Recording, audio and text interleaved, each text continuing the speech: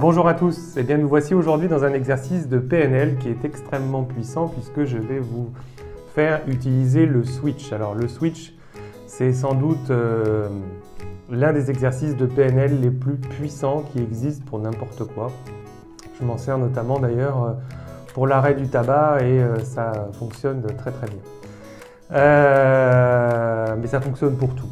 Vraiment, c'est comme disait l'un des créateurs, Richard Bandler, qui a créé la PNL, c'est l'outil le plus efficace contre quasiment toutes les problématiques, les phobies, le stress, l'angoisse, les peurs. C'est extrêmement efficace. Alors, en quoi consiste le switch? Eh bien, c'est très simple. Vous allez avoir deux éléments qui vont être en opposition. L'élément qui vous pose problème et un état ressource qui suit l'élément. C'est-à-dire que, mettons par exemple, vous avez peur du vide. Donc ça, c'est l'élément qui pose problème. Et vous voulez vous diriger vers qu'est-ce que sera ma vie une fois que j'aurai plus peur du vide.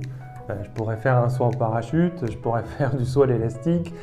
Voilà, c'est deux choses opposées. Aujourd'hui, le vide me met dans tous mes états, je fais quasiment des malaises vagales.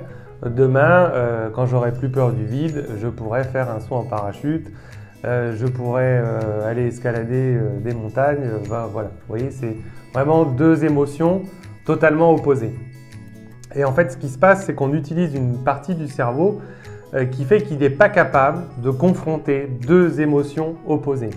C'est strictement impossible pour le cerveau de mélanger deux émotions de nature totalement opposée.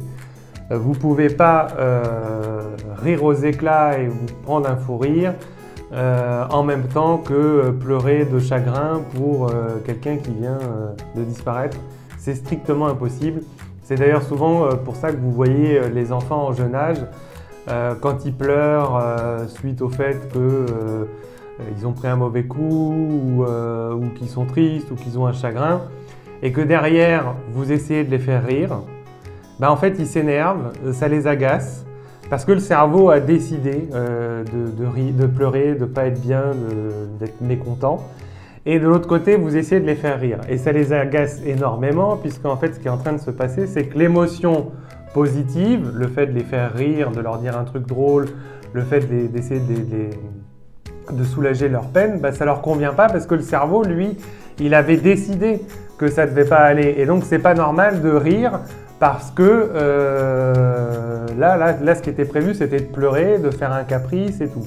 Donc, vous voyez, c'est pas possible. Et ce qu'on utilise aussi grâce au switch, c'est vraiment cette chose, c'est qu'en plus de la puissance de cet exercice, c'est que quand on confronte les deux émotions opposées, en fait, comme votre cerveau est programmé pour recevoir du bonheur, pour être heureux, pour être en bonne santé et qu'il cherche en permanence toutes les solutions pour vous apporter le bien-être, il va naturellement, en fait, le positif va naturellement écraser le négatif. Donc c'est ça qui est vraiment extrêmement génial dans cette thérapie et qui la rend extrêmement efficace. Donc ce qu'on va faire aujourd'hui, c'est que déjà dans un premier temps, vous allez repenser aux problèmes qu'il y a dans votre vie et comme je l'indique dans l'exercice de neurothérapie de MDR, vous allez remonter à la source du problème. C'est-à-dire que vous ne vous intéressez pas à ce qui se passe aujourd'hui, mais vous vous intéressez à depuis quand j'ai ce problème et qu'est-ce qu'il y avait à l'époque dans votre vie qui a créé le problème, qui a créé un encodage, qui a fait votre cerveau au travers des 5 sens, la vue, l'ouïe, l'odorat, le goût, le toucher, tout ce qui est émotion. Donc il y a eu un encodage qui s'est fait au moment où vous avez traversé cet événement difficile et nous on va casser ce code, d'accord? Et on va aller le confronter à un code totalement opposé qui lui va être positif. Donc vous cherchez ce qui n'allait pas à l'époque, vous remontez à la source du problème, vous faites remonter l'émotion et ça c'est déjà une première chose. La deuxième chose, une fois que vous avez fait ça, c'est que vous allez vous confronter à qu'est-ce que sera votre vie après. C'est-à-dire, une fois que ce problème est terminé, comment vous imaginez votre vie? Avec qui vous êtes? Qu'est-ce que vous êtes en train de faire? Qu'est-ce que vous voyez? Qu'est-ce que vous entendez? Qu'est-ce que vous ressentez une fois que le problème est soulagé? Est-ce qu'il y a une odeur particulière? Est-ce qu'il y a un goût particulier qui vous vient? Voilà, vous allez chercher, là, vous allez mettre pause et puis vous allez chercher qu'est-ce qu'est votre vie une fois que votre problème est réglé. Comment elle est? Avec qui vous êtes? Qu'est-ce que vous êtes en train de faire? Où est-ce que vous êtes? Qu'est-ce que vous voyez? Qu'est-ce que vous entendez? Qu'est-ce que vous ressentez? Est-ce qu'il y a une odeur, un parfum agréable qui vous vient? Un goût sucré, salé, acide, amer? Peu importe. Voilà, vous faites pause, là, 2 minutes, et puis vous cherchez comment sera votre vie. Donc, vous faites pause, d'ailleurs, pour aller rechercher l'émotion négative. Et une fois que vous avez l'émotion négative, l'origine du problème, vous cherchez ce qu'est votre vie une fois que le problème est réglé. Et puis ensuite, là, on va reprendre l'exercice. Donc, vous arrêtez la pause.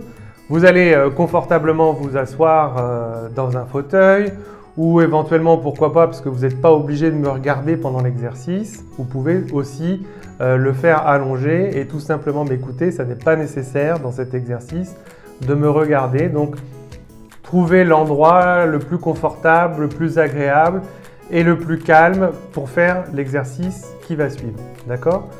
Donc, qu'est-ce que je vais faire pendant cet exercice?